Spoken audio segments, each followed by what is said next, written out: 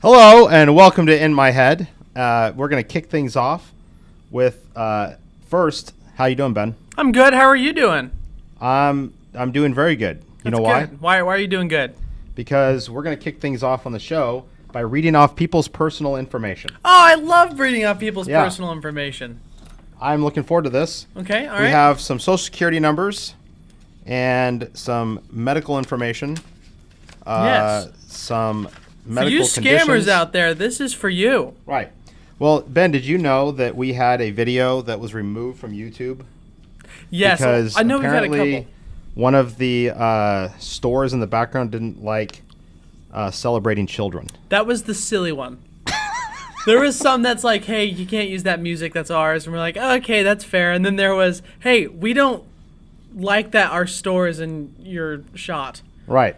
And That's they so said silly. they listed it as privacy and anti-privacy.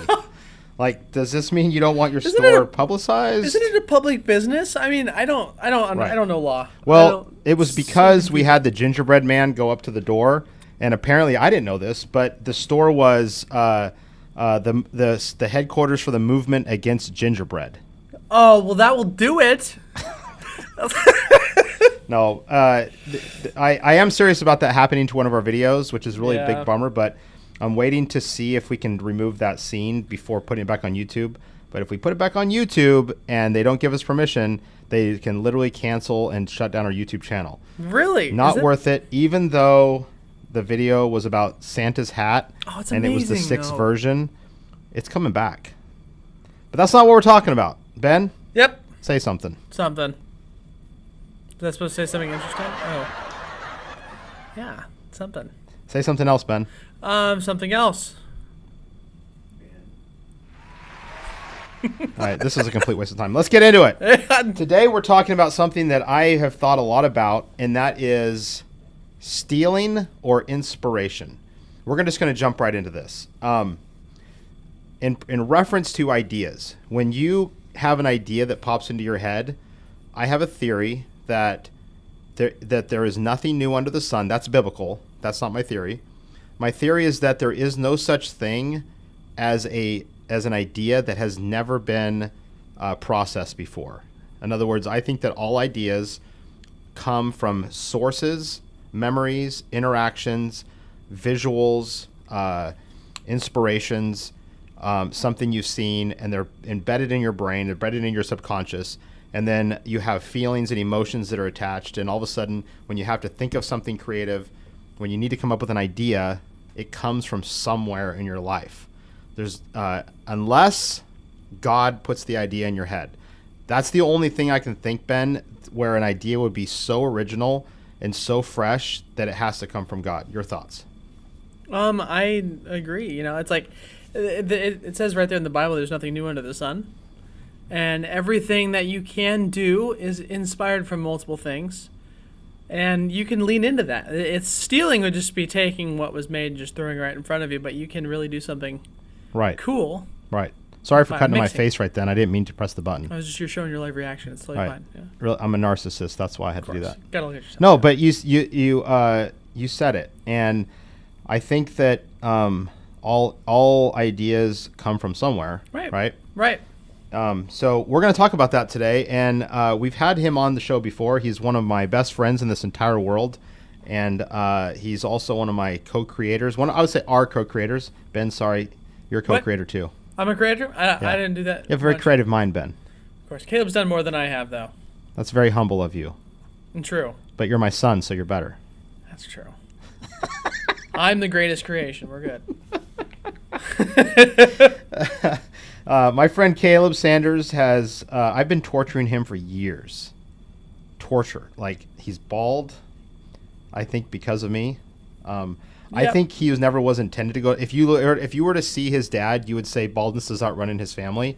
But he's bald because of the stress that I put him under. And when I shaved his head off for the Doritos commercial, it just never grew back. But hey, I would like to give a big welcome to our friend Caleb Sanders. I didn't mean to do laughter. I literally meant to do this. Wrong one. Welcome, Caleb. Well, I don't know how to respond after that. I introduced you, and I had everyone laughing. Isn't that so typical? I would say also, speaking of those videos that YouTube had forced to take down, yeah, Doritos commercial. That was one of them. We've had 2 videos taking off of YouTube. 2 videos. I think that's a badge of honor. We hit our quota. Yeah, that we push the envelope to the point where one of the biggest companies in the world has removed our content. I feel like, And it's not because it's bad. It's just because I don't think people can handle our creativity, Caleb. no. Yeah, you know how they have like the gold plaque, the diamond plaque for like certain numbers of subscribers. They need to have like a purple heart plaque on YouTube for like the number of videos you've had taken down. Yes. I feel like it's getting That would easier be to awesome. Good videos. Good videos. Good videos, right? not terrible There's videos. some, Yeah. There's some channels out there. I'm sure they've had stuff taken down that shouldn't Yes. be ever aired. Magnus says hello. Magnus was a guest on our show at one point. And then he was an accidental guest when he walked in. That was pretty cool. Mm-hmm. Okay, so today, Caleb, we're talking about something that you and I have talked in great lengths about, and that is the concept of coming up with ideas. Are they stolen or are they inspired? Before we launch into anything else, I want to hear your thoughts. What are your personal thoughts about where ideas come from? First off, anybody who just blatantly steals an idea and repurposes it as their own should go to idea jail and never be able to think of anything on their own again. Lobotomy. I think they should get creative lobotomy. Yes. Exactly. There's a lot of things we could go there. Anyways, I would say if you look at anything out there that is creative, right? Think about anything from Star Wars to Marvel to Leonardo da Vinci, whoever it is you want to look at and think about in terms of creativity, you're going to see a source of inspiration somewhere. Yes. Okay. So I would say, what is I can't see the title with the framing. It's inspiration or what for today? Stealing or ideas, like, do they come from stealing the idea or do they come from inspiration? Mm-hmm. Or both? What are your thoughts? Yeah, I would say I'm looking down at a note here. I have something I want to bring up in a little bit. Have you ever read the book Steal Like an Artist? No. It's a short little book. It's literally just breaks down some points. It's by a author, and he broke down. Hi, my son is over here curious who I am talking to. Say hello. That's this just makes the show better. Gets some Absolutely. points going. But I would say that creativity is always based upon things, and so no creative thing ever happens in a vacuum. In fact, that's if you're trying to create something wholly brand new, good luck. Because there are so many things out there that, in fact, if you, I think it was Made to Stick, where it talked about that creativity begins with a template.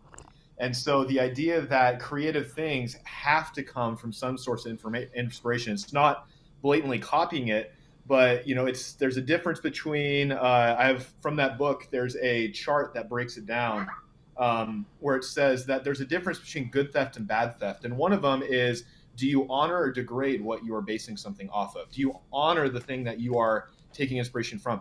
Do you study something to be able to inform yourself how to make something new, or do you just skim it just to be able to take points for yourself? Do you take a bunch of ideas from many people and then kind of amalgamate it into something that's creative for yourself, or do you just steal from one person and try to repurpose it? Do you give credit or do you plagiarize? Do you transform or do you imitate? There's a difference there. And then do you remix or do you rip off? And saying that there are all those ways are just different ways of saying that you can take a core idea and shift it, change it, make it your own, give inspirational homage to something that's been great, and then move on into something. I mean, you look at all of the videos that we've made, I would say almost every single one has something that has sparked it. Yeah. Right? Doesn't mean that we're take a character and say, oh, let's just change this one thing and now this is our character. A lot of our characters are sparked from something like the Dojo Dorks. I remember they came off of right after, I think it was America's Got Talent or the Britain's Got Talent, where they had those two guys, Dustin's Dojo. And it was off of that. It was some random crazy thing that we then based the Dojo Dorks off of. And it was inspired us. We didn't base any of the stuff we did off of them, but it just was like, oh, that's hilarious. What if we did this? And it allowed us to spring into something new. So that's a long answer to say, creativity doesn't steal necessarily, but you can be inspired by other things. Yeah, I one of the favorite things I do, my favorite things that I do on stage is the tape face stuff. And I'm always telling people, look, it's tape face's material. Like tape face is, and I think I've taken tape face and mixed them with a little Charlie Chaplin, and you come up with that like idea that someone's very nervous and they're not. You don't have to do anything. You don't have to say a word to speak volumes, you know. And I've taken his material and modified it. And again, I'm not one to say this is something I created fresh. No, this is tape face's stuff, you know. But it works so well that, you know, my friend Jordan said, you got to watch this guy. He's amazing. And he doesn't speak a word because he's got tape on his mouth. Mm-hmm. Speaking of videos, we're going to show 2 videos today. And we're going to start with these characters, and we're going to end with these characters. And then we've got something else in the middle. But I want to show the video because this is actually not released yet. This is for Camp TV coming up. And we created a long time ago, Caleb, these characters called the Beach Bums. And I want to show the video first, but then I want to deep dive into how we created these characters and where they came from, okay, and how they've changed over the last year. So this is a segment that's embedded, that will be embedded in Camp TV. It's called Chud's Wilderness Survival Tips. I'm just going to show it, and then we're going to talk about it. Time for Chud's Wilderness Survival Tips. Survival Tips. Welcome to another Wilderness Survival Tip. Have you ever been out in nature and been really thirsty but didn't have any water or source of water? Then give yourself a hand because you're a winner. My test subjects, aka Brochachkos, are gonna help us learn different water alternatives. What's up, bro? Hey, bro, are you thirsty? Totally, bro. Take some water alternative. Thanks, bro. That tastes like dirt. That's because it is dirt. Dirt serves as a good water alternative. Our second water alternative is super tasty. There you go, Brock Lobster. Enjoy. Another water alternative is motor oil. It's super tasty and it keeps everything running smooth. Brock Lobster's thirst is quenched right now. And finally, our last water alternative is easy to acquire if you live on the island of Mosconia. Bottoms up, Dolphin Boy. You are indeed correct. That is actually muskoxen urine.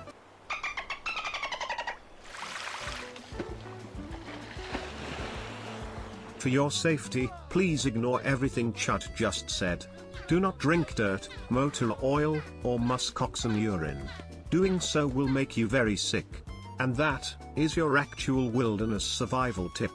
Survival Tips. Okay, so first things first. Let me go into the character of Chud. Okay, I remember we were in. And I'm gonna bring my son into this because we were gonna do some kind of skit. You know, Caleb, you know how every Sunday we're like, okay, what skit are we gonna do that we're literally never gonna do again because we have the same audience every Sunday, right? Yeah. So what's the throwaway ridiculous thing that they'll remember and then. Yeah, and I honestly think that we came up with a lot of our characters because we can't keep doing the same thing, but we can create characters that are the same characters that do different things, right? Exactly. It's just much easier to write that way, and that's a little word of advice for those of you that are trying to write skits. But I remember I was inspired by this surfer guy character. Ben, I'm going to bring Ben in. Caleb, don't go anywhere. Oh, Ben, boy. What was the name from the Amanda Show? The guy that. Totally Kyle. Totally Kyle. There was this one time? Yeah, it's the same Totally thing. Kyle would have his bread there's this one time that I had this bread and I was like, whoa, this is like bread. And I remember just it's so dumb. And I remember we're coming up with this skit. And Well, it started with us being the surfer dudes at VBS. You know what? You're right. And I totally left that out. So that's what started. But then you decided to make the one character actually somebody that you could put into situations, and that's where Chud came from. Right. And I think we were two surfer dudes that told terrible dad jokes, right? Yeah. And we'd always do that. But I remember there was something about that character that I hated. Like there was something like there was a mannerism that I did. And so when I remember blending that surfer guy no character purpose to them other than what they were doing, right? Right. There's no purpose other than just telling the joke and that's it. Right. They had no personality. Right. So I took that character, I stripped away what I hated about it, and I added in the Totally Kyle guy. And Ben, I remember we were going to do something on stage, and we didn't have a name for the character. So Ben, what was the name? How did we come up with the name Chud? Okay, so we were sitting around, we were thinking about names for it, and I remembered I just like kind of have this bank of names. I play some video games with friends or whatnot. What was the name of the video game, Ben? I have to say the name of the video game? Yep. It's a game we don't endorse. Kids It's don't like, play this game. Don't play this. It's Grand Theft Auto. But But the played in online part. moderation. It was the yeah. online, played in moderation. We just jumped around, drove cars and stuff. But it was me and Jacob McAnulty, Dale's son, where we were playing it together. And we decided that we came up with these two characters. It was DJ Chud and DJ Roadkill. And we'd go jumping around in front of cars and stuff like that. And then it just came from that. And then when we were writing the name, I decided to go with Chud for the name of the main server guy. Well, the awesome thing about that is I remember we were on stage and I was dressed like you see Chud, except I had different glasses back then. And Ben, we said, fine, Chud, and that's what we went with. Well, then when we're on stage and I'm doing, there's no script. Caleb Wright, we never had scripts, right? We just had bullet points. And it was in the middle, I think Ikaika was saying like, this guy Chud kept coming up on stage and saying ridiculous things, and I remember going on this rant, and I was like out in the backyard, and my invisible friend Dolphin Boy told me whatever, and I remember when we were all said and done, like Kaika was like, "Who's Dolphin Boy?" And I was like, "I don't know, it's Chud's imaginary friend." Well, then we went on the web on Amazon, and I was looking for dolphin masks. So I was like, we need to create this whatever, and we found a shark mask. And everybody that sees Dolphin Boy, they're like, he's wearing a shark mask. And I was like, and then it's morphed from there. Like we ended up going to Lassen summer camp for kids, and they were the hosts of Camp TV. And we had this whole deep dive story that Dolphin Boy is now like started this mafia or this like the money making, like he's this mob boss that he's all about the money, and like he always gets corporate sponsorships, and then he finds other people to become Dolphin Boy so he can run his international crime scheming business. So Caleb, we had these two characters, but then because you were at a different church, but then we like came up with this idea for last year's summer camp. Like where did Riptide come from? Riptide, which he's morphed as well, because that's one of the things too I think about creativity when you're thinking about it, is don't be afraid to adapt and change with time, because a lot of these characters, if you're thinking about purely characters, you're creating somebody who you don't even know who they are yet. Just funny because you're like, oh, this is a made up character, but no, you learn their personality right based on as you play that character. Right. And so for Riptide, it was literally just a thinking of like, okay, it's surfer, all that. Chud's doing most of the talking. What am I going to do? And I literally just thought like, man, what if there was this guy who loved to surf so much that he literally just tries to surf on anything, anywhere, right? Yeah. And so we're out in the middle of the woods, and so I remember. Did we actually tie the guitar to the back of the car? We didn't do that part. We just gave away a secret. That hasn't happened yet. Okay, that hasn't happened yet. But anyways, no, it's like at one point I'm like standing on an electric guitar in dirt trying to surf on an electric guitar, which, it's that guitar is trash now. You'll see in some of the summer camp videos why I will never be able to play anything on that guitar ever again. Water, that's all I'll say. And then it just over time, Riptide, I started at my church. I started because I had to do it by myself. Started to do Christmas songs with the kids, and I'd wear tinsel and all this stuff, and wear a crazy hat, and get kids ideas, and start doing like surfer songs. And so gradually the character changes and morphs his personality a little bit. Yeah. To be a little more vocal and not just but he'll still try to surf a couple random things here and there. Right. That he'll just all of a sudden just peace out and run over and try to surf down a McDonald's sign.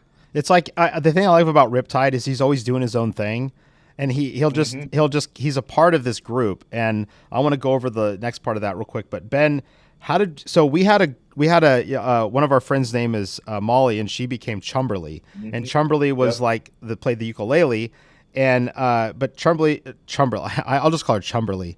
She's moved on. She's doing stuff in life, and so we needed a fourth character because this is like a band, right? And so Ben, When you think about a band, there are trios and stuff, but yeah, Yeah, a but- band usually four. there's like something about 4, right? So Ben, Yep. we need another character. How did we come up with Brock Lobster, I know that I was the song Rock Lobster. right? And I was like, it was for a skit. We needed a skit. We needed a third for a skit. It was just 3 because we didn't have Caleb at the time, but we needed a third for a skit, and so it was kind of on the spot. Didn't we order the stuff like that Monday before the skit? Yes. So yeah, we just put it together. It was just like rock song, music, Rock Lobster, Brock Lobster. Okay, let's go find a costume. Right. Yeah, it was pretty fun. It just turned into that craziness.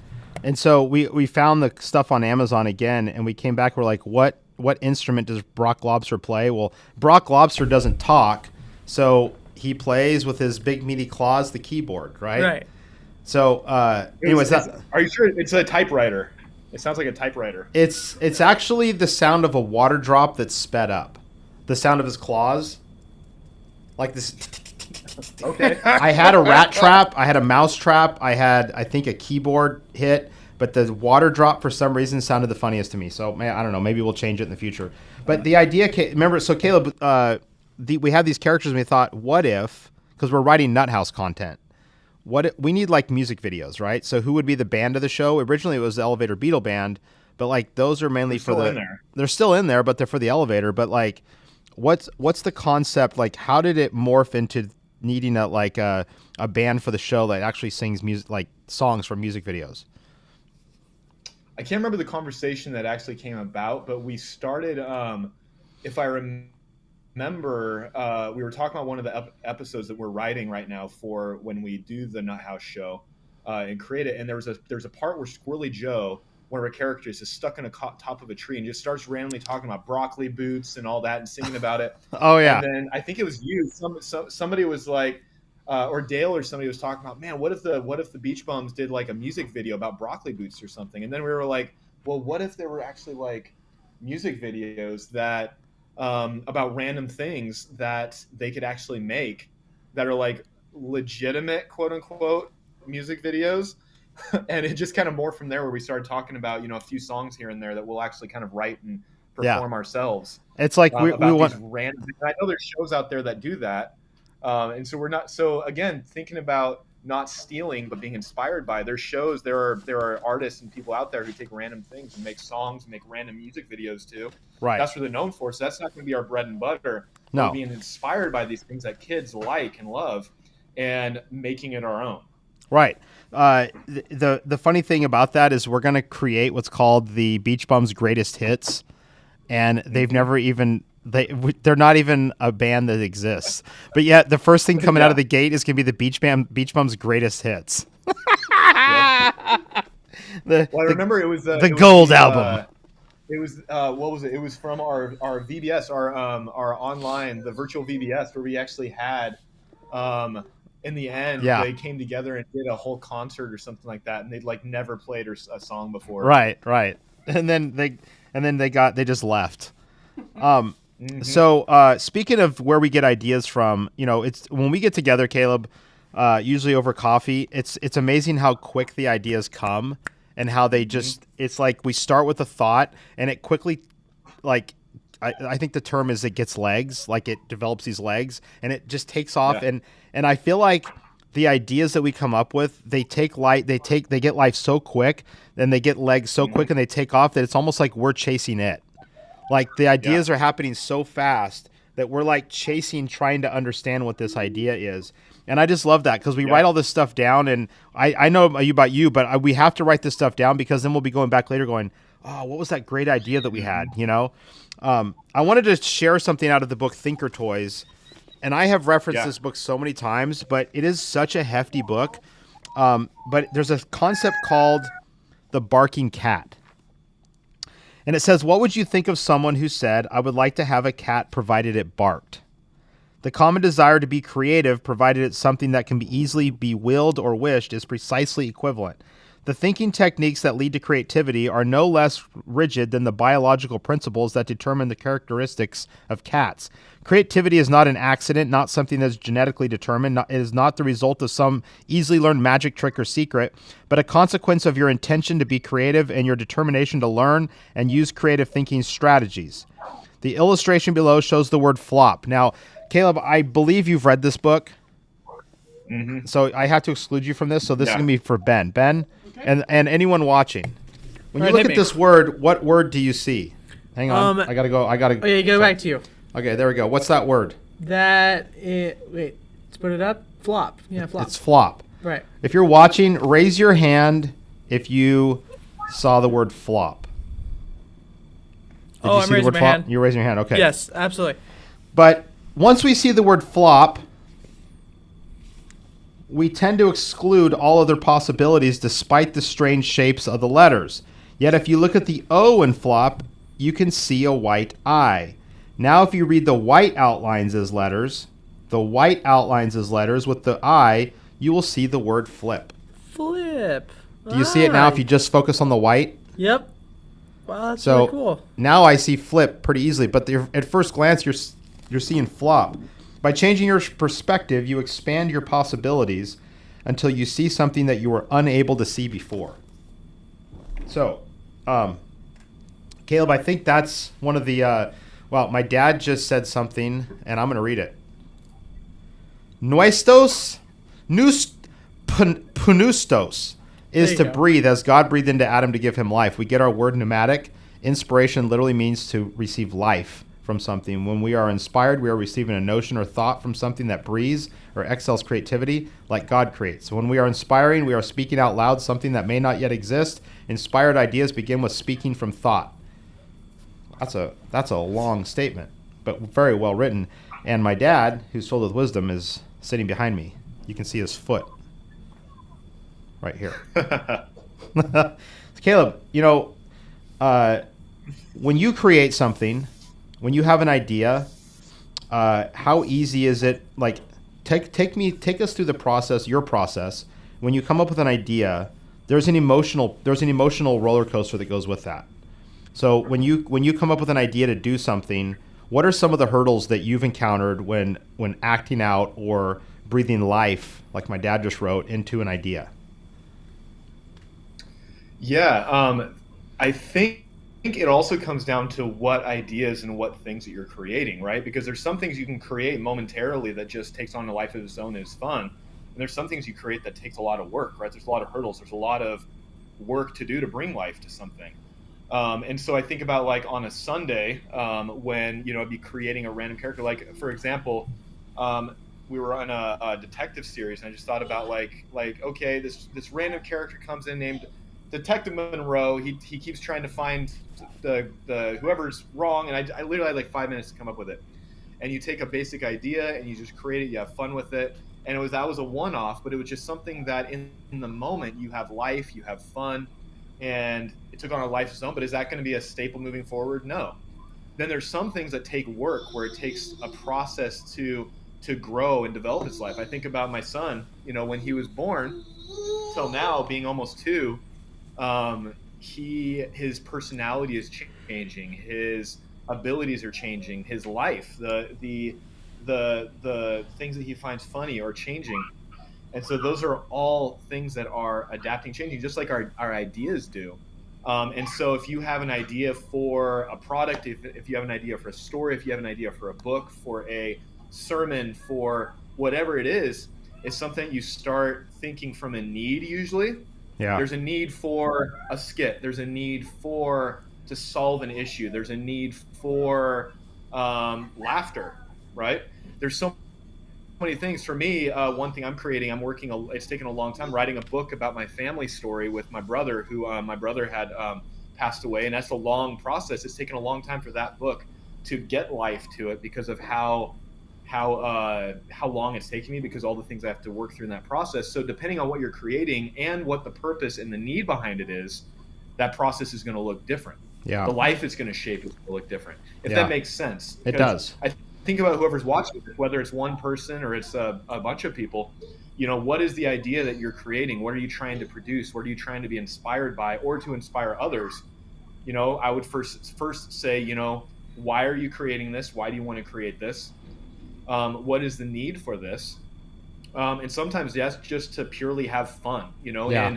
in ministry and in life, we often feel like we have to have some deeper, higher purpose behind the things that we do and the characters we create. And we've talked about this before. I remember when my church, which I actually just recently stepped down from leading at the church that I was at, but going into that church, one of my auditions, I like to call it, was to help out with a Christmas production where they handed me this script and said, hey, we want to do something based off of this script. And it was literally telling the gospel Christmas story through candy bars. And it was just talking about all these things like, knowing God is like $1 million bar and all these things. It was just like, oh my Lord. So immediately it was like, okay, what are we doing? We're trying to connect with these kids. We're trying to have some fun. What are we going to do? And immediately it was like, okay, let's change this. I have to keep the core of this idea, but how can I make it fun where it's something that I want to do? Right? You think about it. They've said a lot of amazing books have been written where a author started off by saying, what is a story that I would want to read? I love that because if you're not... Think about a movie, right? Yeah. A film clip. What's a video I would like to see? I was just thinking in my head, you mentioned the candy bar thing, like God's like $1 million or he's like $100,000. I instantly wanted to I wanted to pull my eyes out or my ears off, whatever, because I hate stuff like that where it's like, I literally just had this thought. If you feel, if it's dumbing down your audience, then it's going to make you feel dumb, which is funny for us to say because we're so dumb in our videos, but we're dumb because we like being dumb. You know what I mean? Just my wife hardly agrees with that statement of us being dumb in our videos. Yeah. Well, speaking of your wife, she said he usually asks his wife, and then she answers, then he steals her idea. Now we know the truth, Caleb. Now we know. Do I steal or do I adapt and modify her? And by adapting, you're actually being a better spouse. So she actually could take lessons from you. Oh boy! Sorry, I just Caleb. got you in trouble, and I love it. I think you got yourself more in trouble on that one, my friend. Yeah, but there's no couch. Never mind. I'm just not going to go there. Just going to switch subjects here. What do we do though with an idea? Yeah. Sometimes there's an idea that is out of time. Like it's a good idea, but not for right now. Like what do we do? Yeah. What do you usually do with those ideas? Write them down.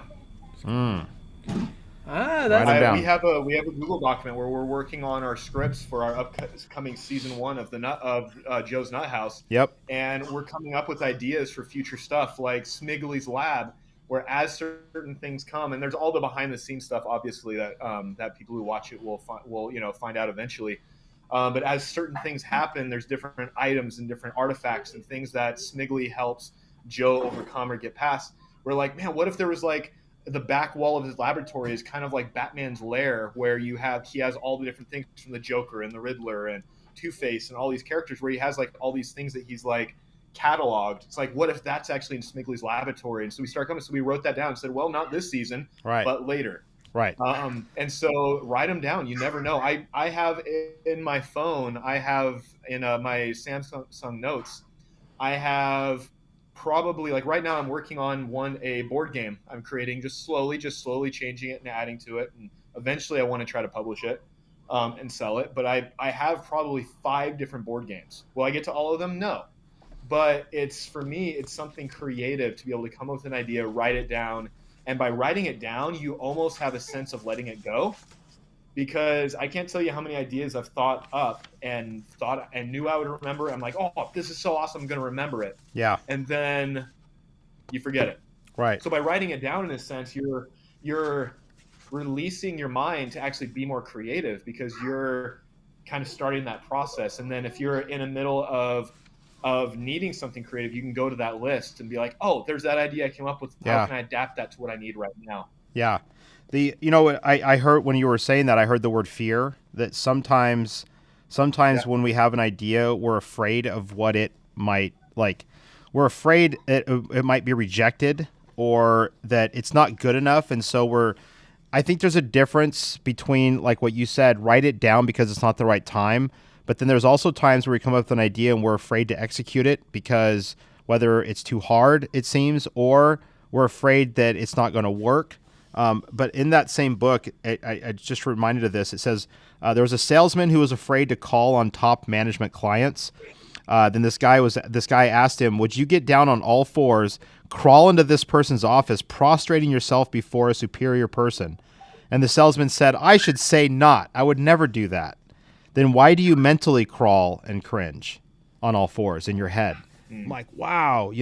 I think we do that with ideas sometimes, that we come up with an idea and we go, I don't know about that, and we don't even try. We dismiss it and we say it's too big or it's too this, and we never actually try to start acting on it. But there's times, bro, that you and I have come up with stuff and we've beat it into the ground trying to make it work, and it just didn't take. And so we're like, well, it becomes very artificial at that point. Right. And I think it's stiff, right? It's something.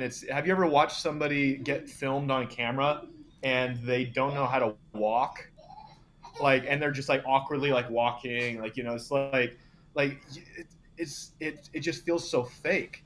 Yeah. Because it's been overworked. There's a saying in academics or in writing or any project, is saying that there's that something's not necessarily done, it's just due. And sometimes I feel like we hang on to stuff so long trying to finish it that we ruin it. Well, I'm the first one to say I've done that with Squirrely Joe. Joe's Nut House has been something I've been working on we are working on, that it hit this spot where I feel like God said, enough, leave the nest and start flapping your wings. And I feel like we're there now. And I feel like we get in our head so much and overthink things so much that we get I call it creative lock. I don't know what to do. There's so much to this.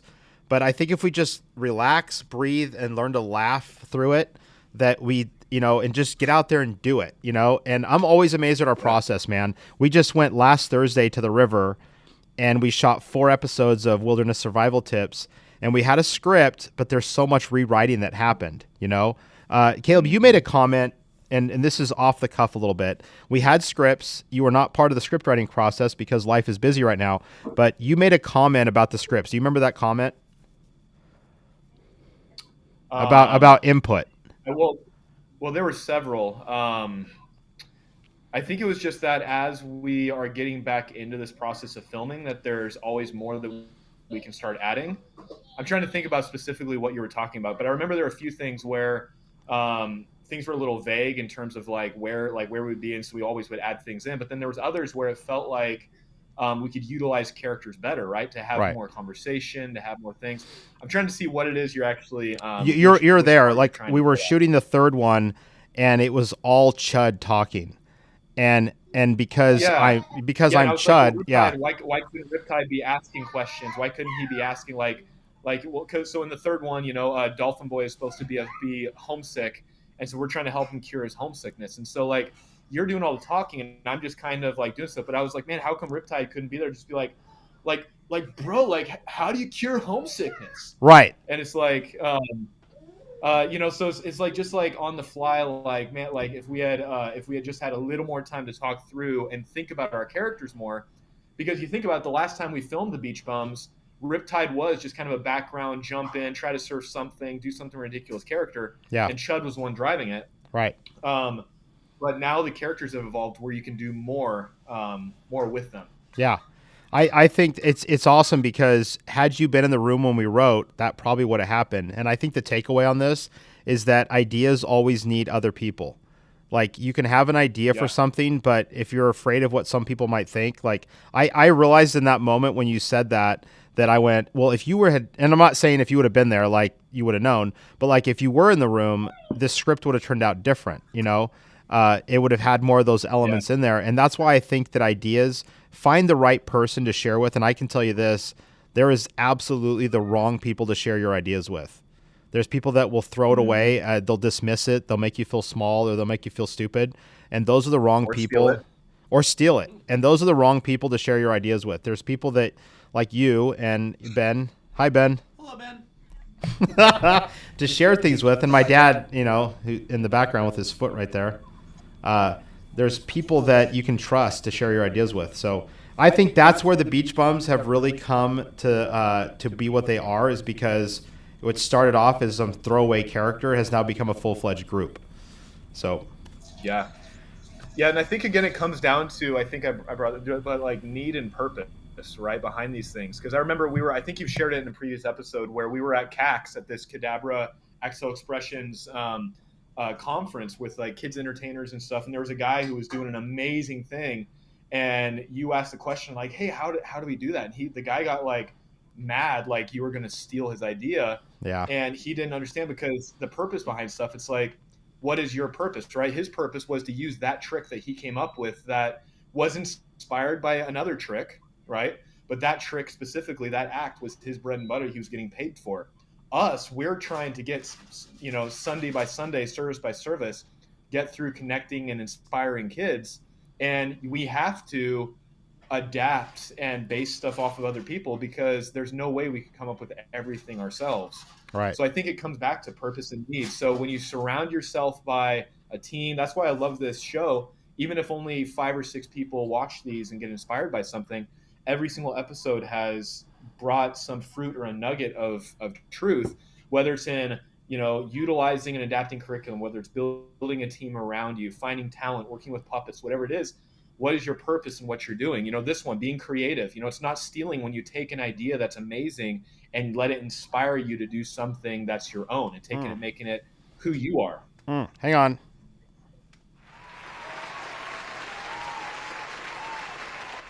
That is something so. I had to hit the applause button on that, because I think if you take a curriculum, and hear me out, this is my opinion, okay? So even Caleb, you can disagree with me. Ben, you're not allowed to disagree with me. You have to agree with me on this one. Understood. Okay, good. If you take a curriculum and use it just as it was written, even if you pay for it, you are stealing someone else's creativity. And you cannot argue with me on this. I'm firm set. I'm allowed to at my age. If you take a curriculum and use it exactly like they said to use it, and you don't input anything, you don't add any of yourself to it, you don't put your personality into it, you do exactly what they say, you are stealing someone else's creativity even if you pay for it. And shame on you. And you're killing your own. And you're killing your own. If you can take a curriculum as a starting platform. There we go. It's an equation. Stealing someone else's creativity equals killing your own. Yes! That's good. Hang on. Okay. That was a weak applause. I have a question about that applause one. What's with that one person screaming? This person?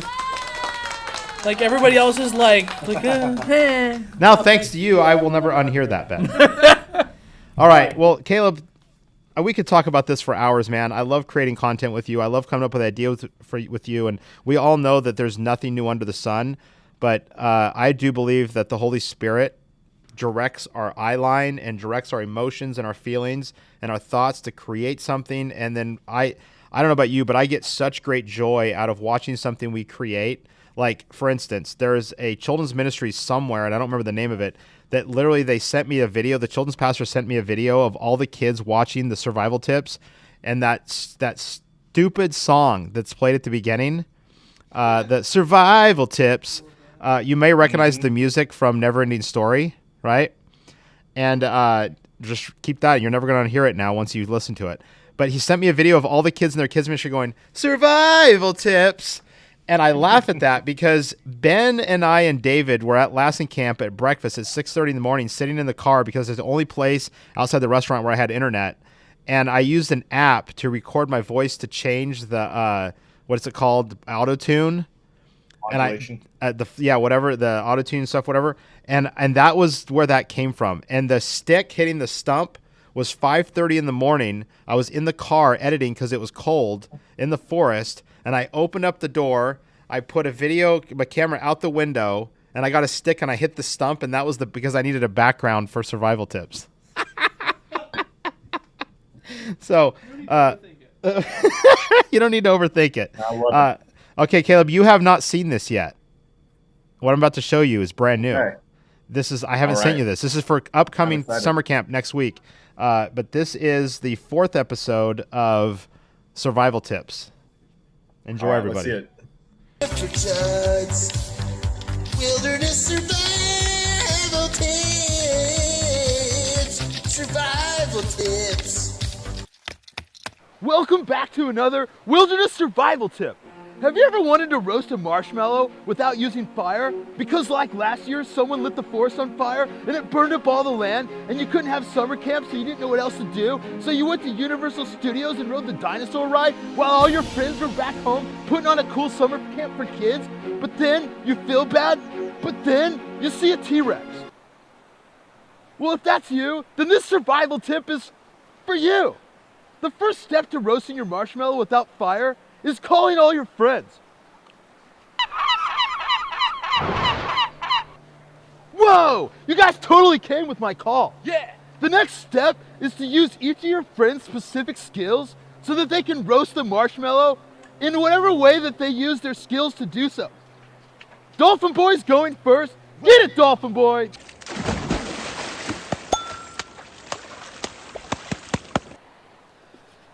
Things that bother me never bother me, cause I got marshmallow pie. Standing in the sunlight, singing about a marshmallow, take it away, Riptide.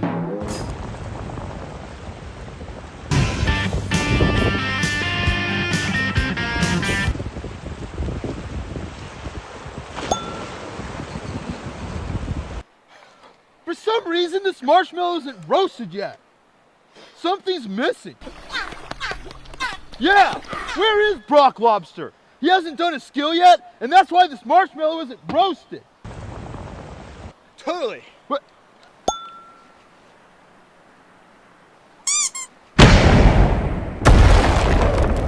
Survival tips.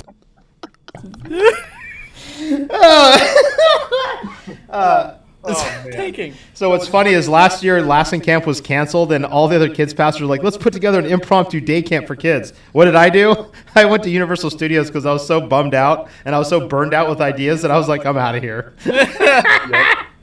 Oh, man. When it's seeing that, all I can think of is just the things behind the scenes. And here's the thing: when you're creative, the memories behind, like the knowledge behind what it is, that's as impactful to you sometimes as what you create. Like the fact that David sacrificed his toe jumping in there with the marshmallow. I lost my headband, and so if you've watched from the beginning to the end, my headband changes from orange to red because I jumped in the river and my headband came off and sank immediately. I lost wristbands because of it. And then when setting off that firecracker in the marshmallow, there was a lady next to us who like jumped and like death stared us. I told her it was a squib, which like isn't even true. A squib is like something that fires off blood in your shirt, and she's like, she didn't tell on us, so apparently she bought it. You know, not that we lied to her. It just I didn't want to tell her that we were blowing the park It's a up. squib, technically. Was that a lie? No, I don't think so. It's a squib. I mean, it serves the same purpose. Yeah. Well, Caleb, thank you for helping create, man. And I just want to encourage all of you guys out there. Don't be afraid to create. Don't be afraid of ideas. Don't steal. The only way you can steal someone's ideas if you don't put yourself or your own ideas into it and modify it. That's when it's stealing. If you can become inspired by something. Stealing is killing. Stealing is killing. If there's a bunch of, if I see a video out there with Chud and Dolphin Boy and Riptide and Brock Lobster, I'm going to sue you. I won't sue you, but Chud will. Actually, Dolphin Boy will, because he's all about the money. Well, yeah. Yeah. Well, Caleb, thank you, friend. I look forward to more creating, and I just appreciate you immensely. So.